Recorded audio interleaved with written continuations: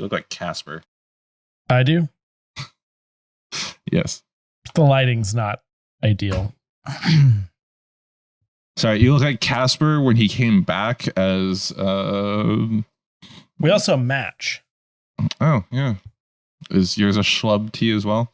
Mine is a true classic, which is the one that's supposed to make fat guys look less fat. Oh, it works. It's supposed to accentuate my arms.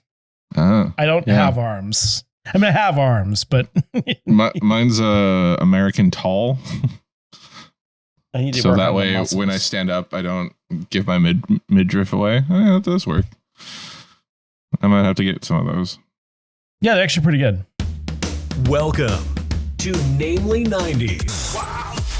The podcast that takes you back to the time before smartphones, Google, and Y2K.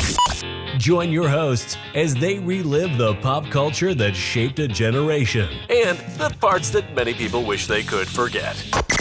Listen in to the conversation about how the decade defined those who spent their childhood there and how it shaped them as adults. So, turn down the grunge and dial up the internet. Let's get started. It's time for Namely 90s. That's right. You're listening to Namely 90s. My name's Andrew, and over there's Brandon. That's me. You can find us online at namely90s.com or on Instagram and Bluesky at namely90s. You can also find the show at youtube.com/@namely90s. And finally, if you'd like to support the show, head over to patreon.com/namely90s to get signed up for one of our support levels. Oh, man. I don't normally wear my glasses, do I? No, but you can't see without your glasses. But I really can't read the outline. I mean, you could always zoom in on your email. Hey, how's it going? Yeah, not bad. It's another week, another recording. I halfway through this week, I was like, I think it was Tuesday, I got an email and it's like, caddy book for this weekend, and I'm like, I just had 2 disc golf tournaments like the last 2 weekends. Where? What? I don't recall signing up for a third one. Yeah, there's one this weekend in town. Oh, nice. Yeah, it's in one day and it's 22 holes, 2 rounds. And I'm like, just after like 2 weeks ago, I was like, I can't do 2 rounds. I can't do 2 rounds in a single day. Yay. So I went out and played the course today, and I was like, okay. I think I shot 8 over. So if I can pull that off, I'll be happy. That's not bad. Yeah. How have you been? What have you been up to?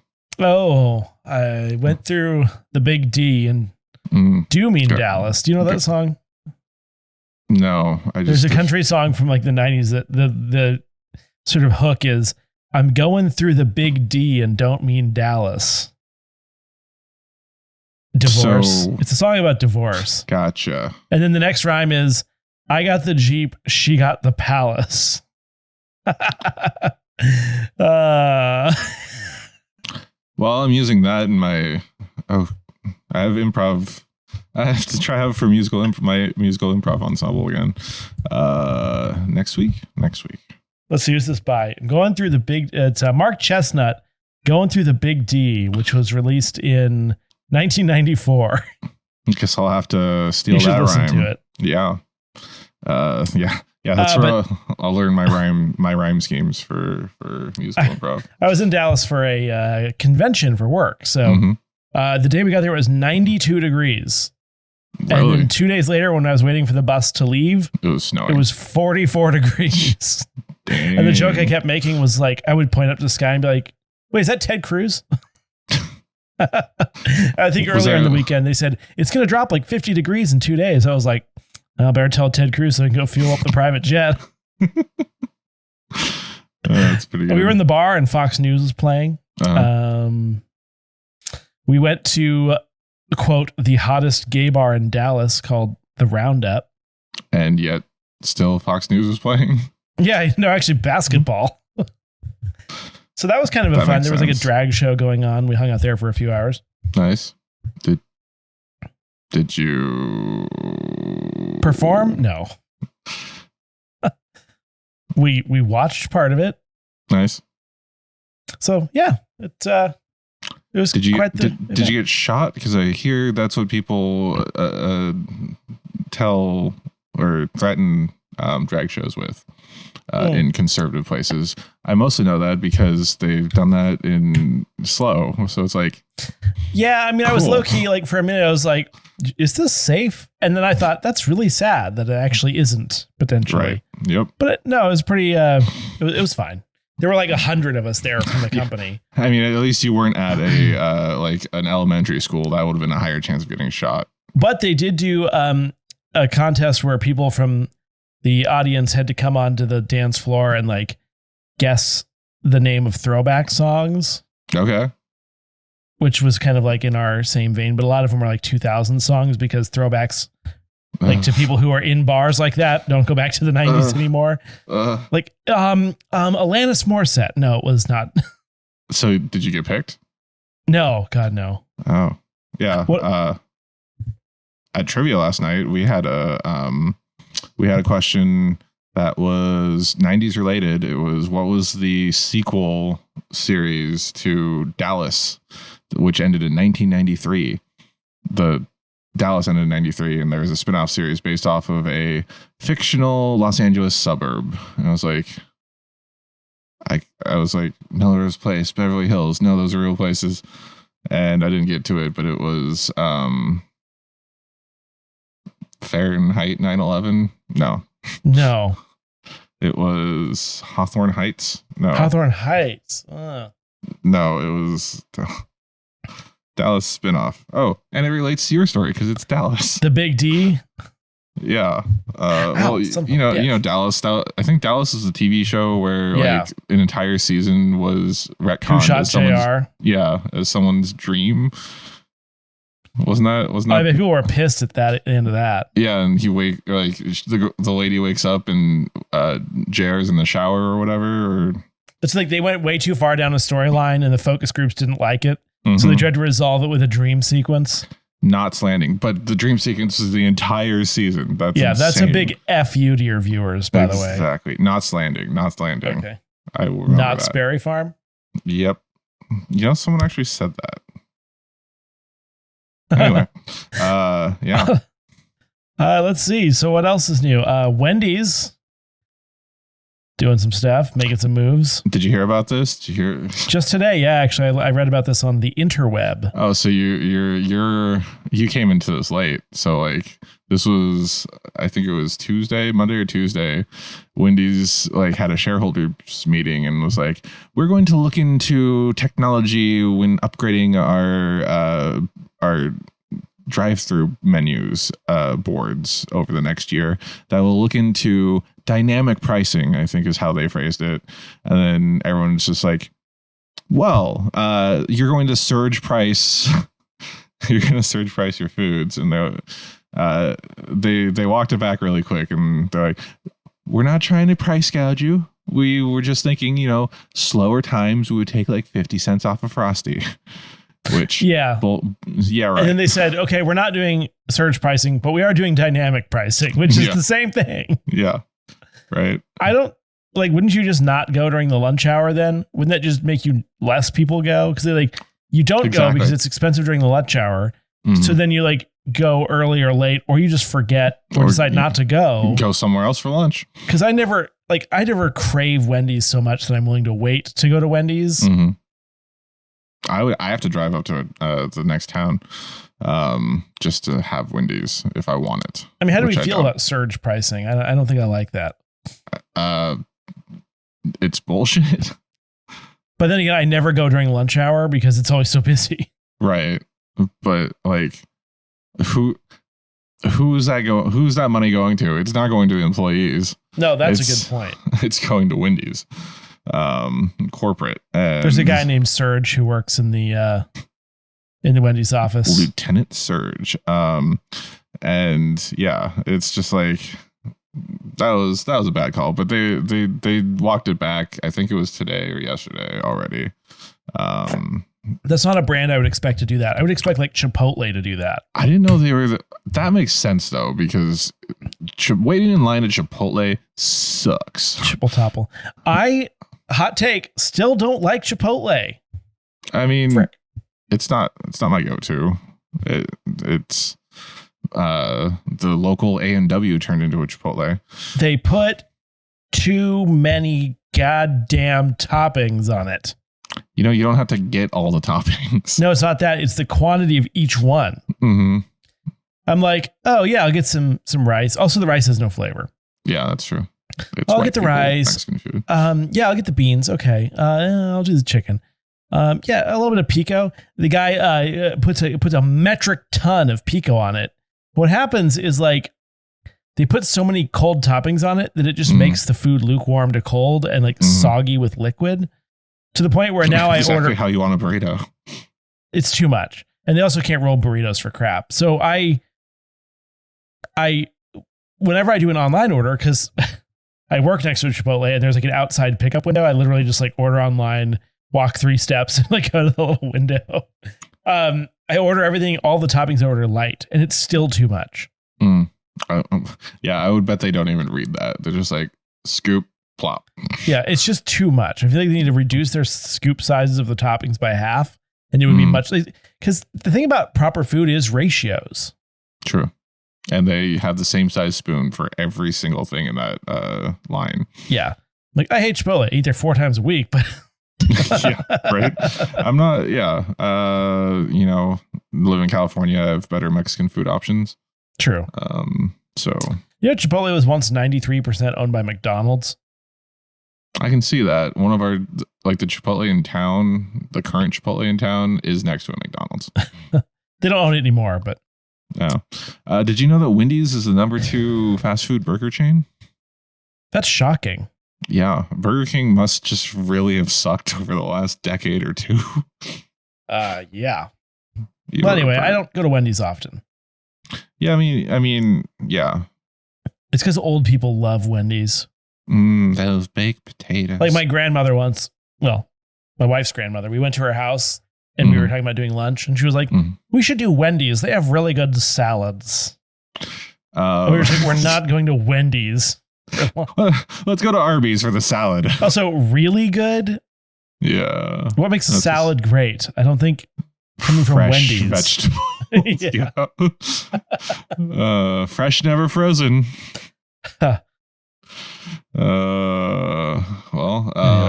Speaking of food, in prep for this episode, I ran across a BuzzFeed article, a newer BuzzFeed article, which shocked me, called here are 15 photos of discontinued 90s snacks. I want to know how many of you actually have them, by BuzzFeed staffer Conchea Brown, who looks too young to have been born in the 90s. But this was from a few days ago. Last week, if you're listening to this on Monday, and it says, what I would give to be sitting on the couch of my childhood home with M&M Kudos bars in hand and Disney Channel blasting on the TV, most likely in the 2000s. True. Yeah. So, I mean, it's technically, I think it's a quiz. It is. It's more of a poll. The first thing they have is the High C Ecto Cooler juice box. Are you? I don't know the Ecto Cooler specifically. I just know of High C. Okay. I mean, High C, I guess that isn't around. But this was a promotion for Ghostbusters, which 80s movie. But yeah. That's like how it's a reference to Ghostbusters, but nowhere on there does it say Ghostbusters. Yes, that's Slimer though.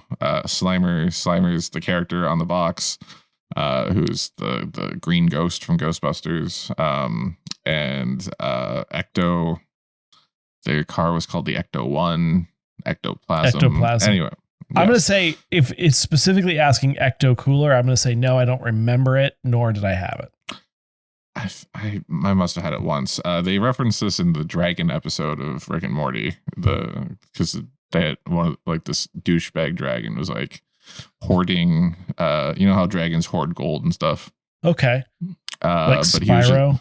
Yes, but like in fantasy stuff, I guess dragons are known to like hoard treasure or something.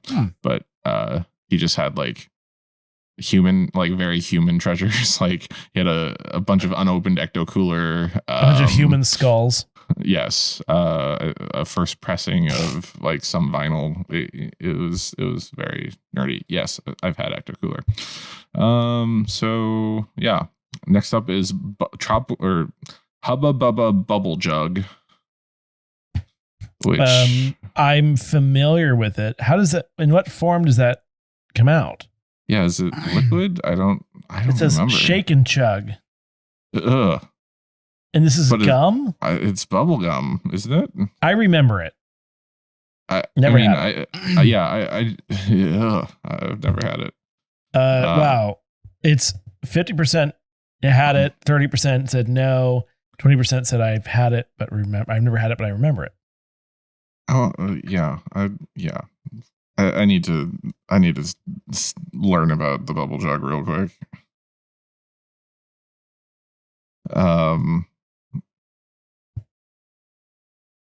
Well, that's Juggle Bubbles now has taken the keyword search away, so I guess we'll just move on. This one. It says, even though they've recently been resurrected, do you remember the original taste of the Doritos 3D Doritos? 3D Doritos. Yes. Yeah, because I remember when I had the new ones, I was like, they were basically just bugles with a closed end that tasted like cheese, and it was not as good at all. Yeah, whereas these actually tasted more like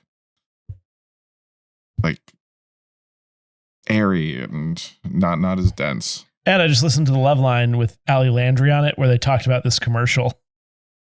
Oh, nice. We also did an episode on this commercial and tried the newer Doritos 3D. You can find that in our backlogs at namely90s.com. It's an ASMR paradise. Did we really go hard on the... Pretty hard. That's June 1998 episode. All the way back from January 25th, 2021. Wow. Way back in the archive. Yeah.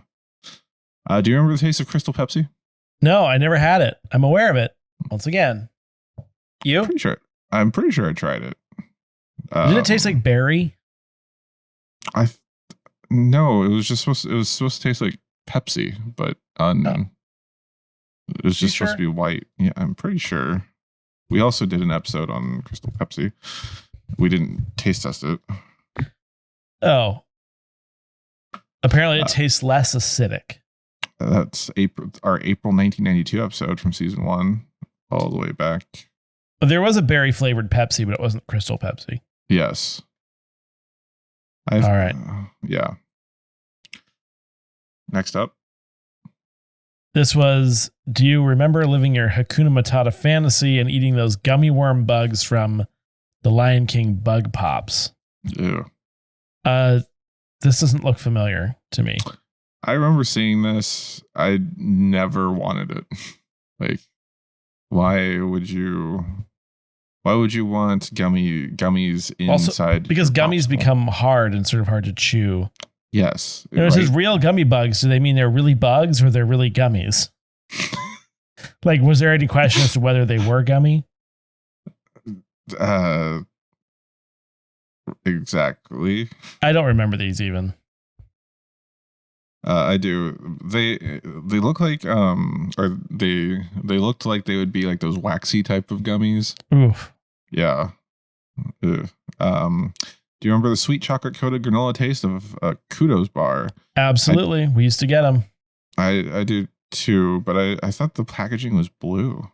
I think this is the older package. Okay. That was a 69% totally nice.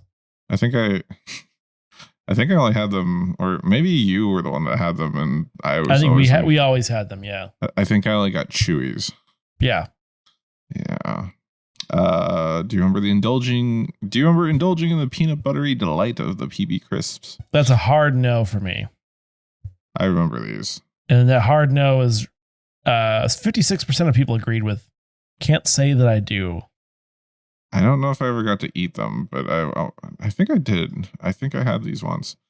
Do you remember the not so sweet sounds of the 90s whistle pop? The whistle pop. I didn't know that was a thing.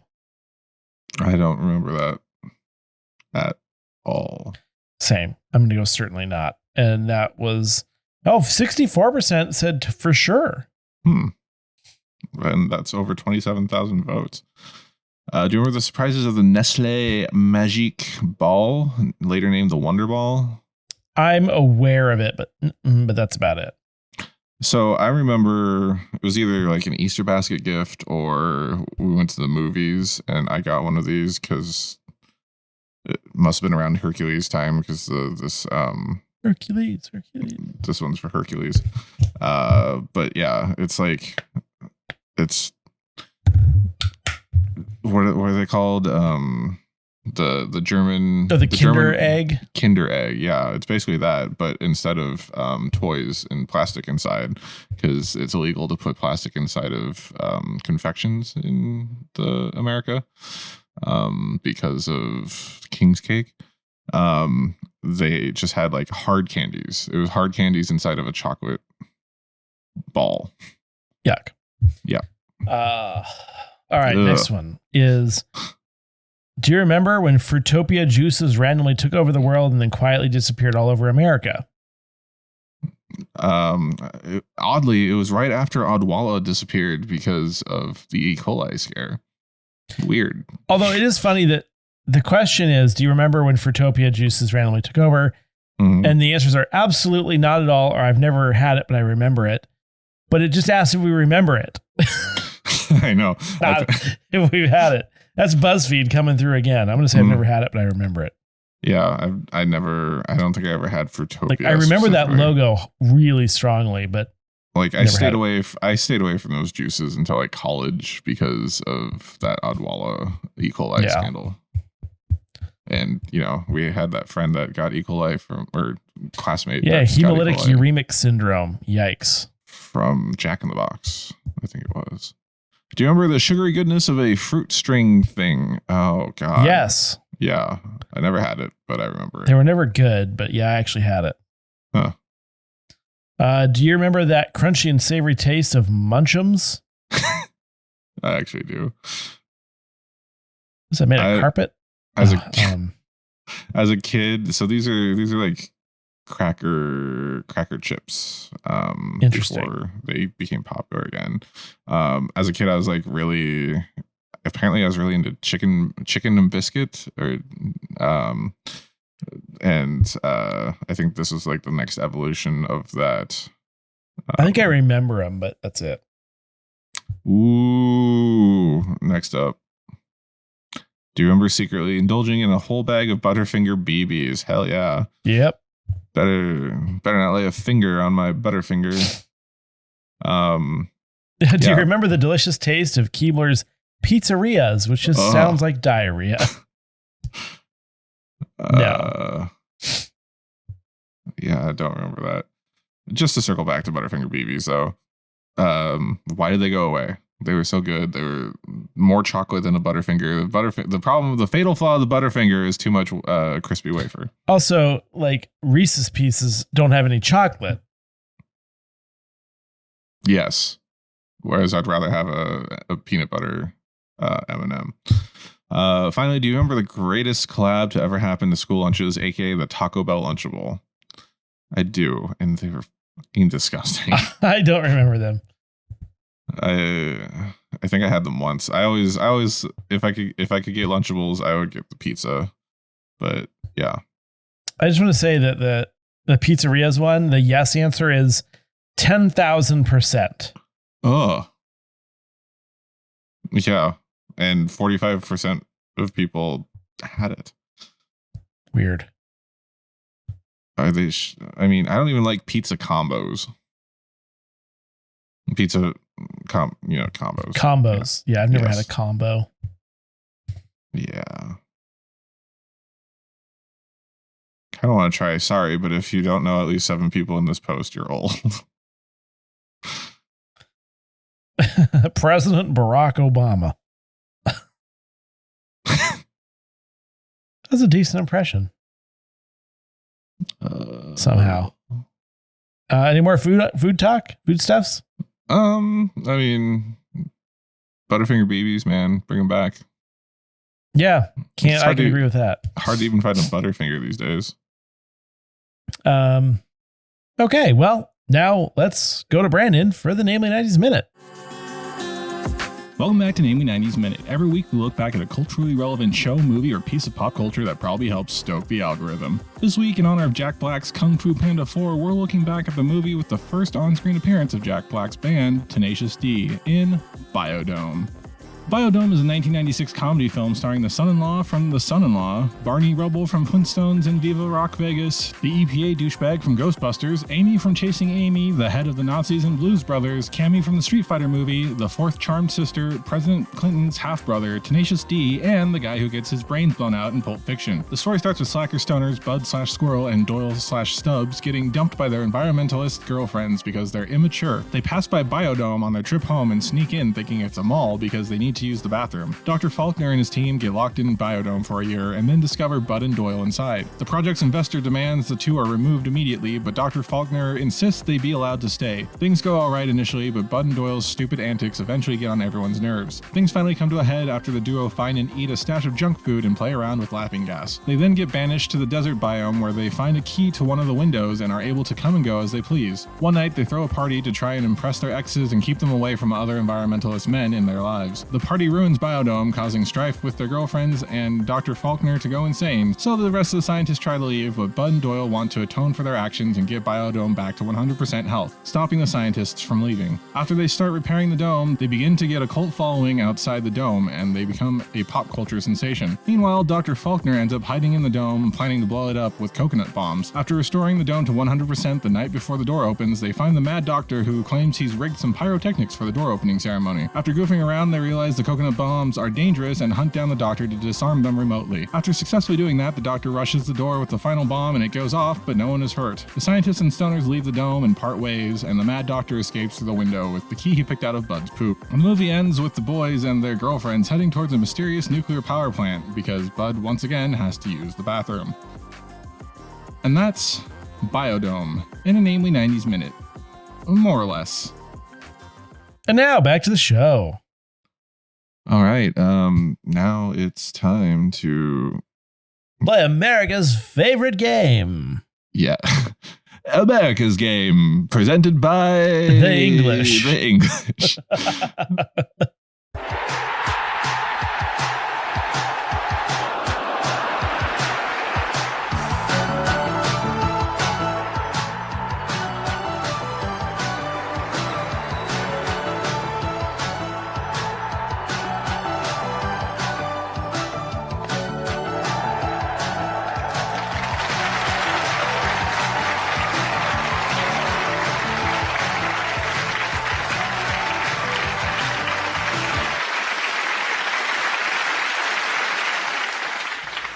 Hey there, Brandon and Andrew. It's Gaz and Danes from TIDRP, your brother horseman in this retro apocalypse. Today we have a little quiz for you, a memory game if you will, that Gaz has spookily named Quotely 90s. This week we're sending you a quote and see if you can guess its origins from some piece of pop culture from the 90s. Just remember, our worlds weren't as interconnected then as we lived across the pond and the internet still ran on coal. We'll also, because we're copying you, do multiple readings and either do poor imitations of the character/person who said it, or poor imitations of whoever we feel like. And if you're lucky, you'll hear me slip into my terribly offensive American accent. Is that enough of a setup for you lads? Are you ready for Quotely 90s? Name the song and artist, and if possible, bonus points for the album. A few questions that I need to know. How you could ever hurt me so? I need to know what I've done wrong and how long it's been going on. A few questions that I need to know. How you could ever hurt me so. I need to know what I've done wrong and how long it's been going on. Oh, yeah, baby. A few questions that I need to know. How you could ever hurt me so. I need to know what I've done wrong, baby, and how long it's been going on. A few questions that I need to know. How you could ever hurt me so. I need to know what I've done wrong and how long it's been going on. Oh, yeah, a few questions that I need to know. How you could ever hurt me so. I need to know what I've done wrong and how long it's been going on. Yeah. A few questions that I need to know. How you could ever hurt me so. I need to know what I've done wrong and how long it's been going on. I like that last one. Cool. What are we thinking? Well, my mind immediately went to that song. It's like, I need to know, tell me, baby, but girl, because I need to. That's Mark know. Anthony, and I feel like that's from the 2000s. Is it from the 2000s? I thought it was from I thought that was like a Mark Anthony Santana thing. I think it might be outside the 90s. That was where my mind went. But just the phrase, I need you now, or I need to know. I need to know. I want to know. Whatever the phrase is. They said I need to know. Like, that's a common phrase in songs. True. Do you think we heard because when we do it, I always try to sing it.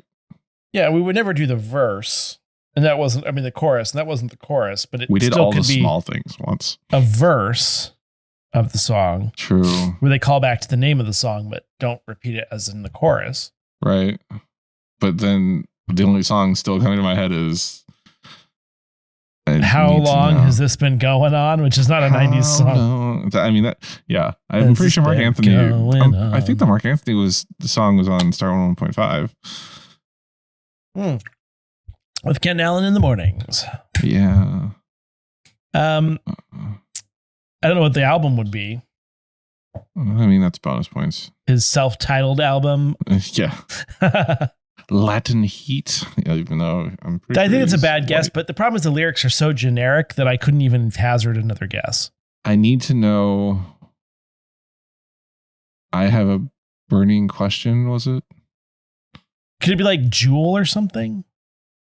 Oh, speaking of which, Jules performing at Poly next month. That's funny because at this conference I went to, someone else I know is talking about how like in retail conferences they had like Lady Gaga and Rihanna come and stuff. That's cool. And I was like, we might be able to afford like Jewel. And now she's playing at your school. I know. For a benefit concert too. If I get close enough to her, I will. One, I'd have to go to the concert. Although our keynote speaker was the CEO of Figs, which is that Scrubs company. It's worth $5 billion. That's impressive. Should I try to get another copy of A Night Without Armor and get her to sign it? Absolutely, yes. Okay, and I need to know. I have a burning question. Yeah, they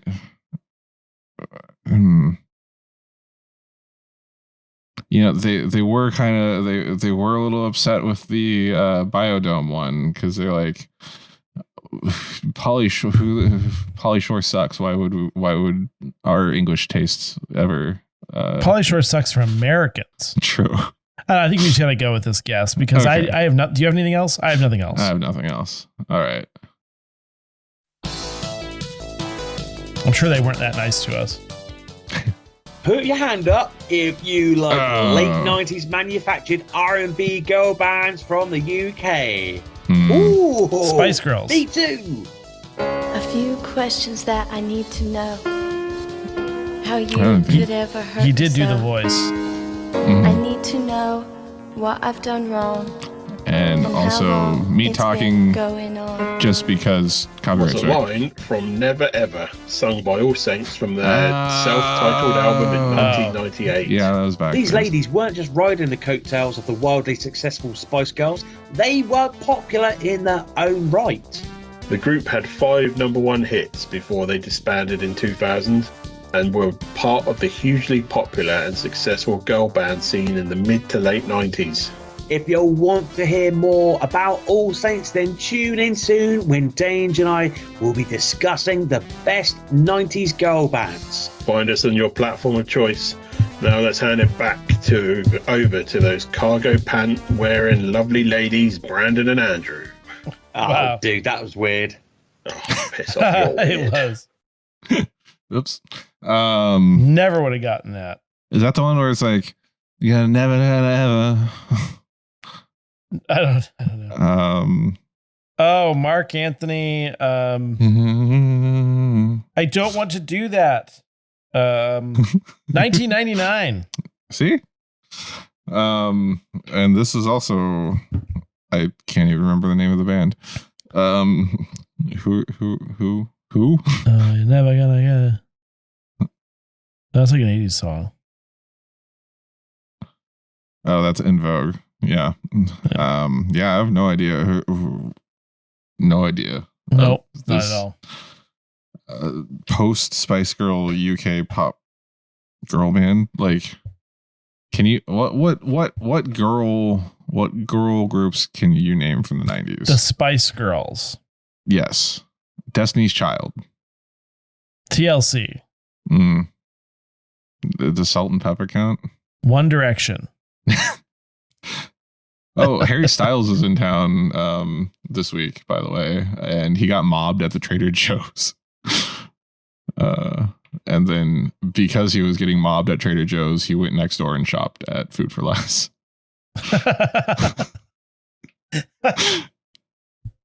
Wow. Yeah. Boy, that was an episode. That was an episode, and I just remembered that I forgot to ask you to record yourself, because when we screen share, you get like really, really, really tiny. Yeah. I mean, it's barely an episode. We missed a couple things at the beginning. No, that's fine. We are a 30-ish minute podcast, and we've not hit 30-ish minutes in. Listen, at my least a energy's year. low. I'm tired. Yeah. We're supposed to do Quotely after this. That's true. Plus, we have the Namely 90s minute to pad out like 3 minutes. Plus, we'll have our 9-hour 4-year anniversary extravaganza coming up in the next few months. Yeah, we're going to have to prep for that. If you want to send us something for our 4-year, let us know. Sometime in May. 4 more years. 4 more years. And that's it for this week's edition of Namely 90s. Remember, you can find new episodes out every Monday. Find us on Instagram, Bluesky, and YouTube at Namely 90s with 90s, and tell us what you want us to talk about on future episodes. If you'd like to support the show, please check out our Patreon at patreon.com/Namely90s, also with a 90s. And finally, you can contact us through our website, Namely90s.com. I see you Russian bots out there. We're at like 100 spam posts this week. Please subscribe to us on Apple Podcasts, Google Podcasts, Spotify, YouTube, Audible, Spice Girls, Deezer, TuneIn, iHeart, Good Pods, and wherever you get your podcasts from. I'm Brandon. That's Andrew. And we'll catch you next time.